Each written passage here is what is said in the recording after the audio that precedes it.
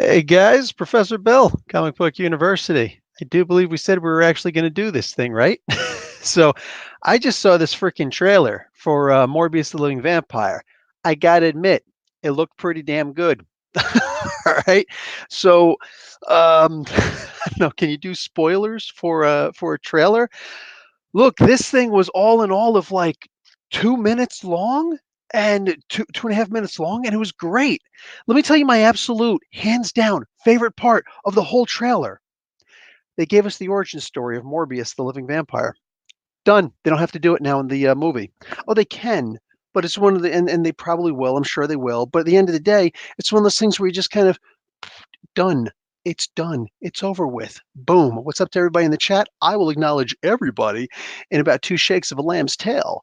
My old history teacher used to say that. Anyway, so dude, I am so freaking hot for this.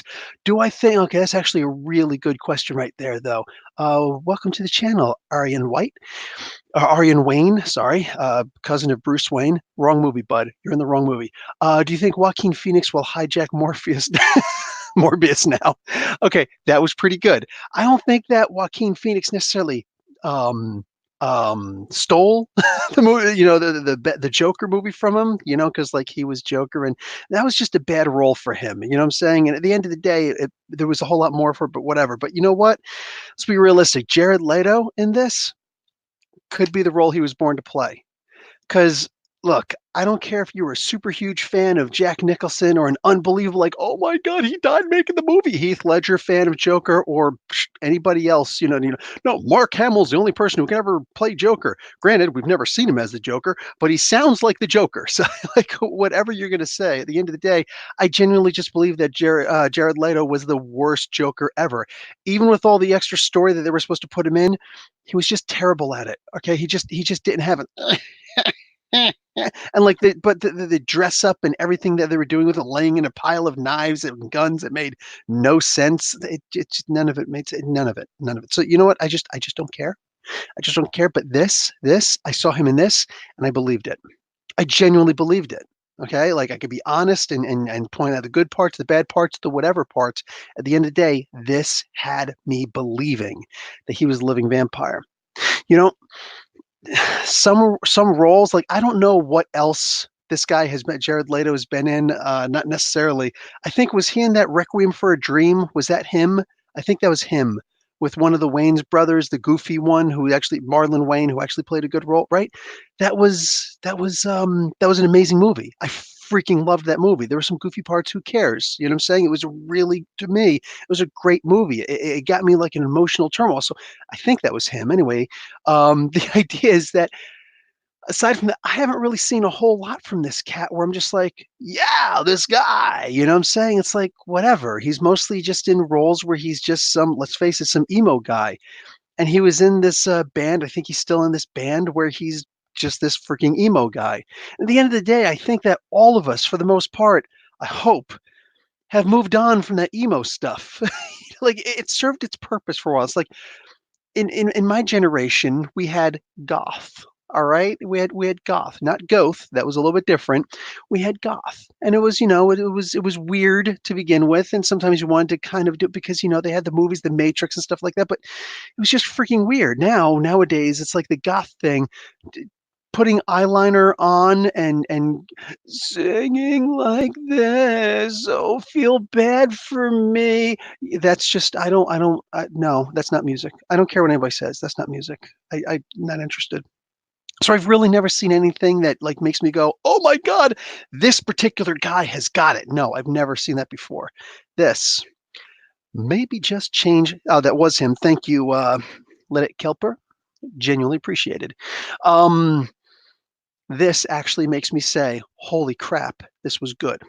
Now, it was just yesterday I was looking at comic book movie resources, whatever the thing is called, and what have you. They said that there's probably going to be wanted posters for Spider-Man in the movie. Now, we saw one of those posters right away, so let's just get that right out in the open. You remember this just happened in the most recent Spider-Man movie, The Far From Home, where at the very end, it's like, Mysterio framed him in his death. excuse me, what could very well be his death. Who knows? It's Mysterio, but he framed him for his own death. Um, Made it look like he killed him and then revealed his identity and whatnot. So Spider-Man, murderer, and like he's a bad guy in this. Just a little thing for like a little bit of a setup. Oh, by the way, did anybody else notice Michael Keaton, who played the Vulture at the end of this? Yeah, I know. Right away, people are just like, oh, Batman and the Joker have met. No, no. Michael Keaton, who played a great Batman, but in my opinion, not such a great Bruce Wayne. Yeah, this was this was actually pretty interesting. We see a Batman and a Joker from two different genres meeting in this, and it's a different superhero movie, different superhero company, right? So that was actually pretty cool. But we're still combining the whole universe, and we can do that because Marvel and Sony made a deal for a little bit further because Spider-Man, Tom Holland decided, hey man, let's do this. Let's, please, hey, I think he called Bob Iger, whoever he called, hey, let's try and fix things, please, just for a little bit longer. So kudos, kudos Tom Holland. In this, we get his origin though. We get Morbius, the living vampire's origin. So that makes me super ecstatic over this. Now, I don't usually do trailer reactions, so I'm not here. This is a live thing, obviously, so that you guys can ask me questions. I can look through and check out questions and whatnot from you guys, or comments, all that good stuff. Get everybody involved. I am not going to demonetize myself by having a trailer in there. I've done trailer reactions for a short minute in the past, like a year, 2 years ago, whatever it was, and it didn't pan out for me because they just steal the monetization and everything. Not interested. Not interested. So we'll just leave this here for now. I'm just going to tell you about the trailer that I saw. You guys can always check the trailer. What do you call it? In a minute, I'll actually link the trailer to this. I am going to say though that this trailer, freaking awesome. I watched this twice. I was falling asleep. You know what I'm saying? I'm just like, oh, maybe I can take a nap before I go pick up my kids. No. I gotta talk about this. That's how good this trailer was. It made me decide to want to come back and do a version of a trailer reaction. People have asked me, please do it, and I'm just like, yeah, no, it's not worth it for me. It doesn't make me any money. It doesn't do anything for me, so no. But participation and likes. If you guys are so kind as to like the video, then I will consider doing more trailer reactions. This trailer was freaking awesome. Like I said, the main point about this trailer is that they explain his origin. Okay, what's one of the reasons why? Listen, Kevin Feige had talked about how we're not going to do any more origin stories for our superheroes anymore. It's not going to happen. We're going to have other movies where we can introduce the characters so that we don't have to do origin stories anymore. That didn't really work out because they right away went and did an origin story for Doctor Strange, but it was really good. The origin story they did for Captain Marvel, however, wasn't great. It literally took the entire movie and it just wasn't action packed enough. It was, and I don't really care about what anybody else says about, acting or whatever.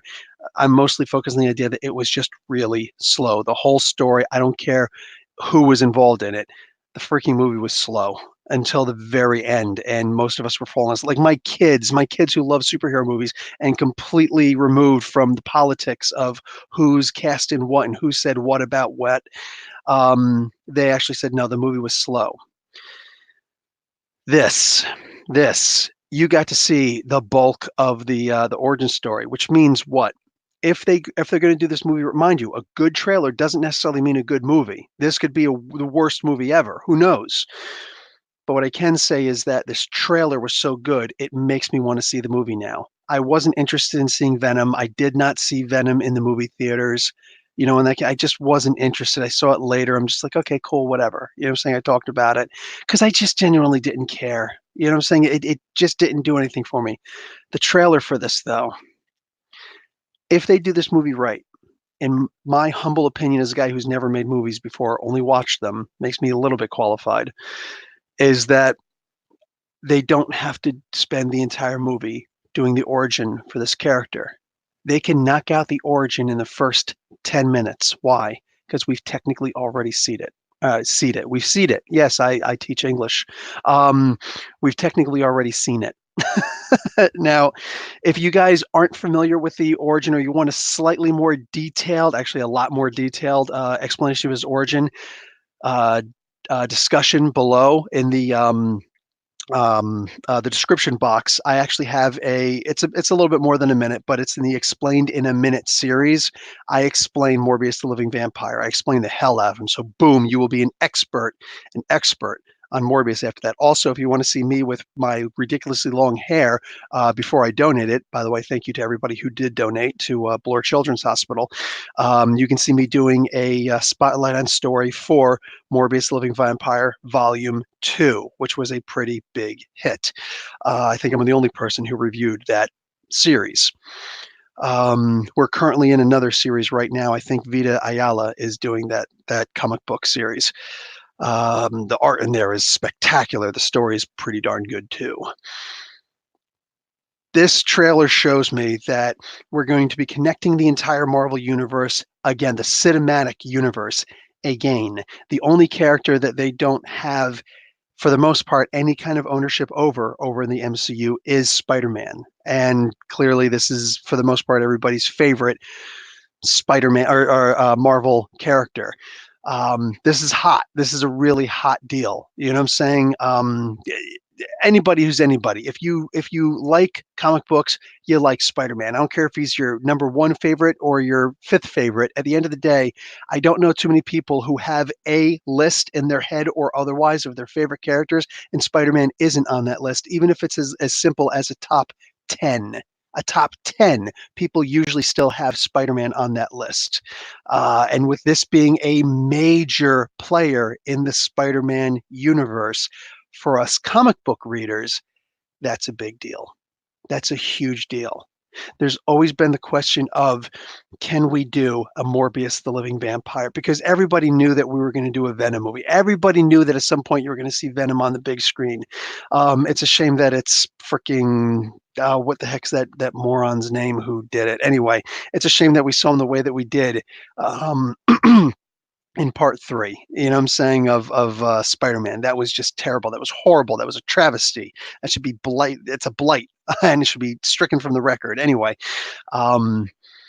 we knew that eventually we would see Venom again, and we'll probably see him again if this doesn't work out because, you know what I'm saying?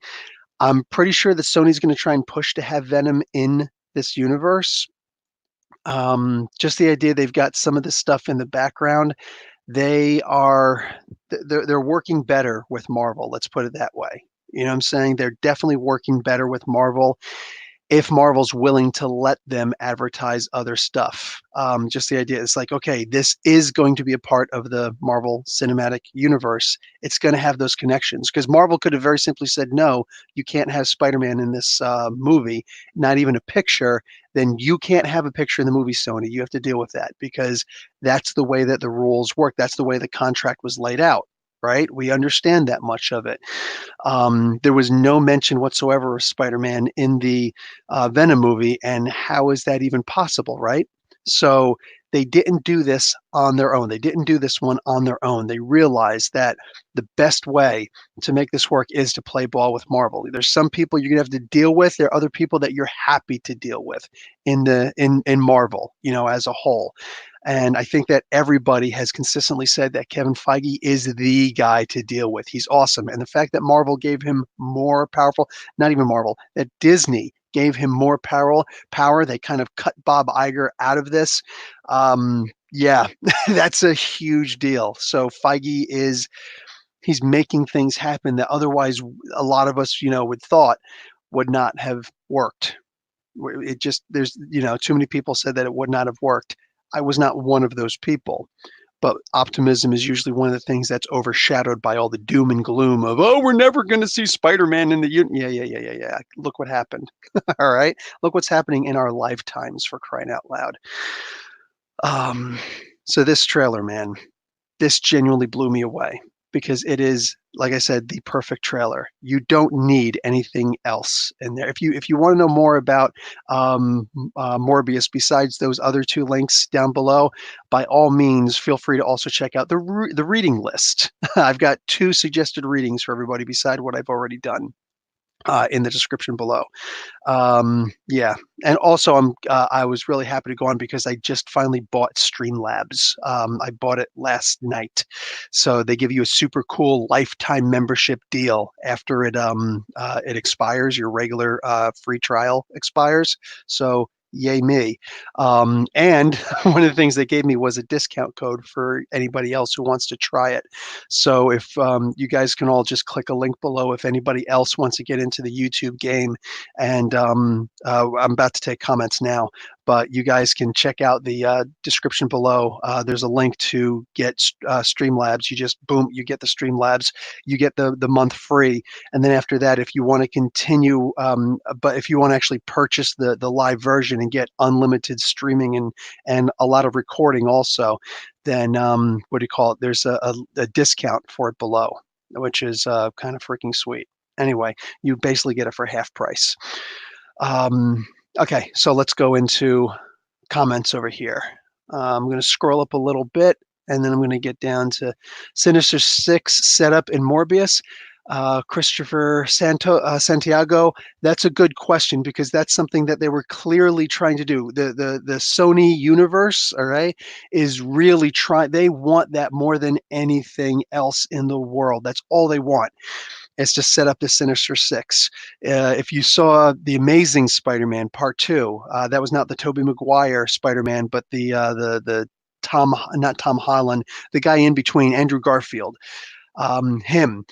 Uh, when you saw Amazing Spider-Man Part 2, you saw the Vulture's wings, and you saw like Doc Octopus's stuff, and the Lizard was already in the previous movie. Electro was in that movie, and it's like and the Rhino, they already actually had the Rhino in there, and wasn't good. I love Paul Giamatti, but not as the freaking Rhino, man. Also didn't like him as the one dude in the Punisher War, what do they call that? War Journal? I forget which movie. I think they called it War Journal, which was more of the Punisher Max series. But yeah, Pitsy. He played Pitsy, and that was not the Pitsy from the comic books in any way, shape, or form. That was just embarrassing. But anyway, he shouldn't be in comic book movies. Let's just, for now, he hasn't found his role yet, okay? Jared Leto found his role here, as far as I'm concerned. That emo crap, that lifetime's worth of emo crap, finally freaking paid off as far as I'm concerned. Wow. But yes, I'm positive they're going to be trying to set all that stuff up. That's all they want, is to have their own cinematic universe. Oh, okay. This is actually a good one too. What's up, Dylan's comic book rants? The only person who's ever hosted my show without me. Good job on that. Those scenes with him super skinny. I'm wondering if he lost the weight because he did it before for Dallas Buyers Club. Oh, okay. Dallas Buyers Club. Wasn't that the one? All right, all right, all right. That guy. Great movie also. Yeah, I think he was in that one also. It was like the AIDS medicine. It was just vitamins and things like that. Was that the same movie? I think that was. I tried watching that when I was in Saudi Arabia, and it was a bad copy of a bootleg disc. Sorry, in Saudi Arabia, that's the only way you can watch movies, is by getting bootleg discs. There is no other way to do it. So maybe nowadays it's different. Doubtful. Doubtful. Anyway, so yeah, I just had a bad copy, and I wound up missing the end, and I never went back and watched the rest of that. I have to change that because I enjoyed that movie. That was pretty good. Which won him an Oscar. F the Oscars. But he goes from skin and bones to looking buff AF. Well, okay, good question on there. Well, Captain America, the First Avenger, Chris Evans, he actually lost a lot of weight, but then he also put on a lot of weight too. And you see the way that that's done. This reminds me of nudity in movies. And when we're talking nudity in movies, we're usually talking about women, right? So, who was it? Christina Loken, who played the Terminatrix in T3. She played in a whole bunch of different movies, right? But that was her breakout role. That was a big deal for her. And I remember she was talking about that nude scene. It was a big deal. Usually, she says, usually what they do in movies is they will have the woman do the nude scene in the very beginning when nobody knows you. You're just like, hey, hi, I'm brand new here. So it's like, oh yeah, the girl's going to do a nude scene. So for the most part, nobody's going to show up. It's going to be like whatever, you know. But the problem is that she had to get buff first. So then she started the movie. She's in the entire latex suit, whatever the heck that was, right? Excuse me. And during that entire time, she had to start working out in order to get to that level that she needed to be at, that super buff look. And the only scene that she really needed that for was the nude scene. So unfortunately, she met the rest of the cast and crew. She knew everybody, and everybody's like, "Hey, what's going on?" Blah blah blah, whatever.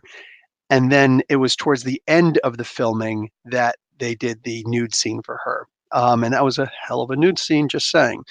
So she had to start shooing people out. No, no, no, you can go away now, and things like that.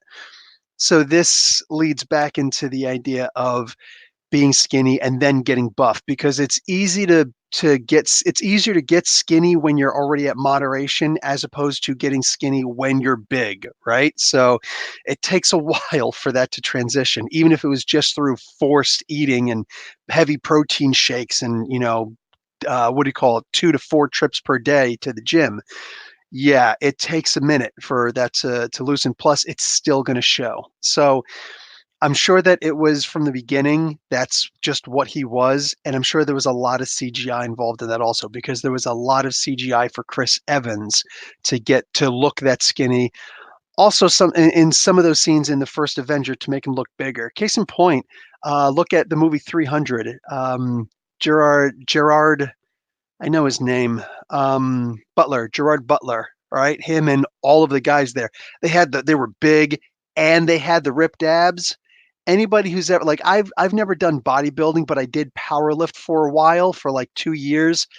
And I'm telling you right now, it is almost impossible to get both. It's almost impossible. You know what I'm saying? Because powerlifting, you have to have a big core. You can't have that wiry little frame with the freaking boxes on your chest that cut abs, the washboard abs and all that stuff, because you won't be your frame, your tiny little frail frame, your slight body won't be able to support you lifting these big deadlifts of giant weights and all that stuff. It's never gonna work. You will break your back. Literally, the definition of the word literally is this: you will break your back doing that. So there's a difference between bodybuilding and powerlifting, what do you call it? And that's one of the big keys. So no, those guys, when they got themselves really big like that, they actually used makeup and CG to get those rips across their stomachs and some of that definition that they did. They talked about it in the after credit scene, not the after credit scenes, the commentary and director's commentary and all that stuff, and a couple of other interviews. So I know that broke a lot of people's fantasies. You know what I'm saying? It's like, dude, those guys were ripped. It wasn't real. No, really? Really? No, because human beings don't look like that. Human beings don't look like that. Anyway, newsflash: there also weren't these gigantic monsters in the hunchback thing that came by. I can't lift my shield up. Like, yeah, it's just not. It's not real. Nothing in that movie was real. Not even the story, except the basest plot.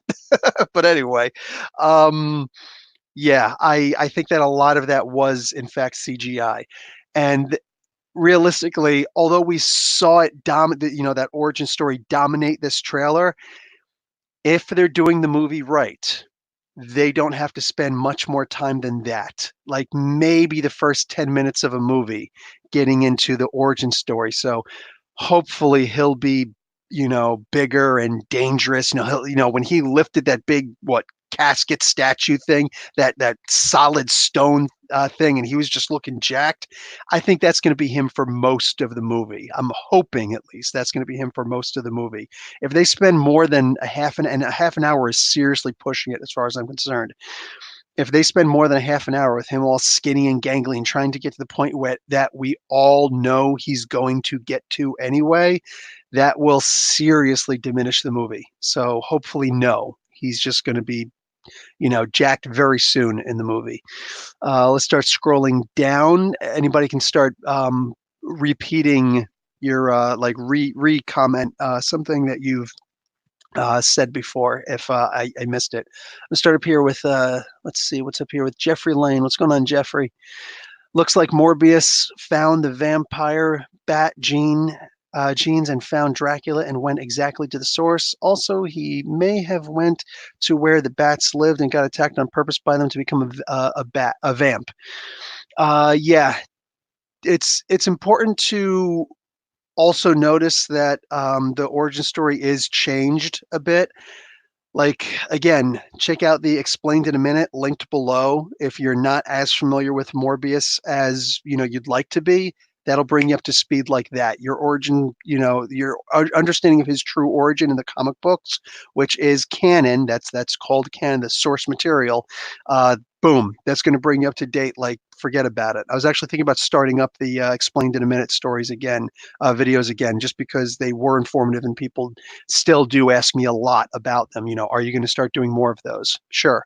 I took a couple months off. I might start doing them again. Anyway, what have you now? Go ahead and check that out. And uh, the idea is that there were two people involved in this, and this dude's little sister, and there was a not a love triangle, but a triangle of affection there. You know what I'm saying? And Morbius was really like family. Um, I'm hoping that the Greek accent will really come out because that's like there's only three main Greek characters in comic books. There's Morbius, there's Elektra, and there's Hercules, right? I can't offhand think of anybody else who's Greek and like their heritage is important to their character. You could technically take Morbius out of that, but I wouldn't because it's such an integral part of who he is for us comic book fans, and I believe that we should be the main audience that they're pandering to. Well, don't pander, but try to talk to. Anyway, yeah, that's that's a big change to his origin to have him there. He cuts his hand and he's like, "Oh yes, here we go." Okay, Bagel, my kitty, I know. Relax. Every time I talk, she's like, "Oh, you gonna talk to me?" No, not today, not right now. So anyway, yeah, that's a huge change to his origin story. It was 100% scientific. The whole reason why he's considered the living vampire is because it was 100% based on science. It had nothing to do with the magical or the mystical or anything like that. Now, there is a chance because I read recently that they're going to have Dracula show up in a TV series pretty soon. It could very well be um, Moon Knight, which uh, that's a possibility, I guess. That could work. It could work. My original idea for having Dracula in something would be to have him in like a Tales of the Crypt type story instead of the Crypt Keeper giving us a weekly story. It would be Dracula giving us a weekly story, but the Marvel version of Dracula. I don't care if he's in his armor or not. Just that version of Dracula, which is well, the older version is definitely more terrifying. That Gene Colan drawn, Marv Wolfman written stuff. Like, oh my God, that was just amazing work. Amazing work, And bring Blade the Vampire in. Have a couple of Blade stories, including Old Man Blade. Bring back Wesley Snipes, damn it. If you actually care about the fans, bring back Wesley Snipes because that is where it's at. Anyway, and have Guillermo del Toro do a couple of them because why not? Anyway, so geez, I got so off subject there. Um, anyway, yeah, the idea of having this being a mystically infused Morbius changes from the storyline a lot, but if they did involve Dracula in this in any way or like actual real vampires, this could, I guess, be a way to introduce vampires to the Marvel universe. But again, I just don't see that as being necessary at all. Vampires are vampires. You know what I'm saying? Vampires are vampires. And as long as Varney is involved and as long as Atlantis and the Atlantean ideal of where vampirism came from and like that whole story there, then I'm good with it. I'm totally good with it. You know what I say? Introduce the vampires in a Doctor Strange story. You know what I'm saying? Just do something like that. It could be part 2, it could be part 3 for all I care. Just boom, that's what I want to see. What else do we have here?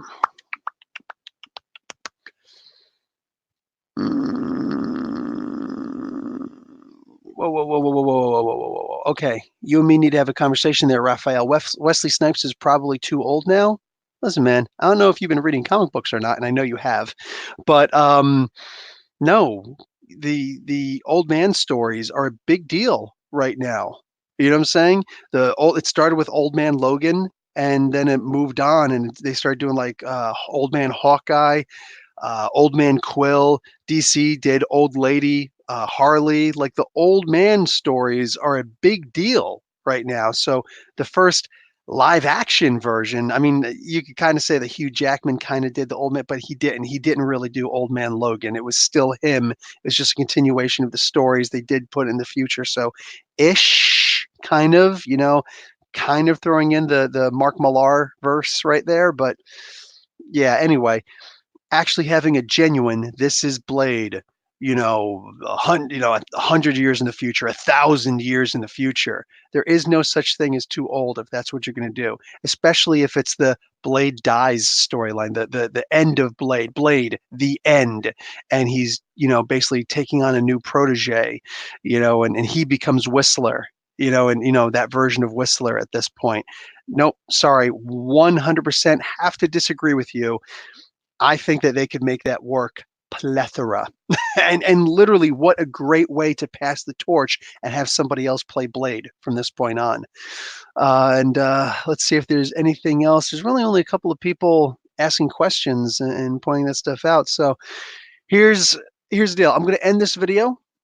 But like I said, if I get enough likes on this, then I'll review the next trailer also. I'll probably start doing trailer reviews also, and it'll be this way where I'm actually talking to you guys live so that you guys can interject your opinions and whatnot, and I can respond to them in real time. Aside from that, yeah, seriously, make sure you check out the links below. Whole bunch of information on one, Streamlabs, and two, extra reading or videos about Morbius, the living vampire, who is a serious, tragic character in the Marvel Universe. And it looks like he's going to be done right. So I will talk to you guys later. Love, peace, hair grease. And yeah, bye. Professor Bill, Comic Book University. Class dismissed.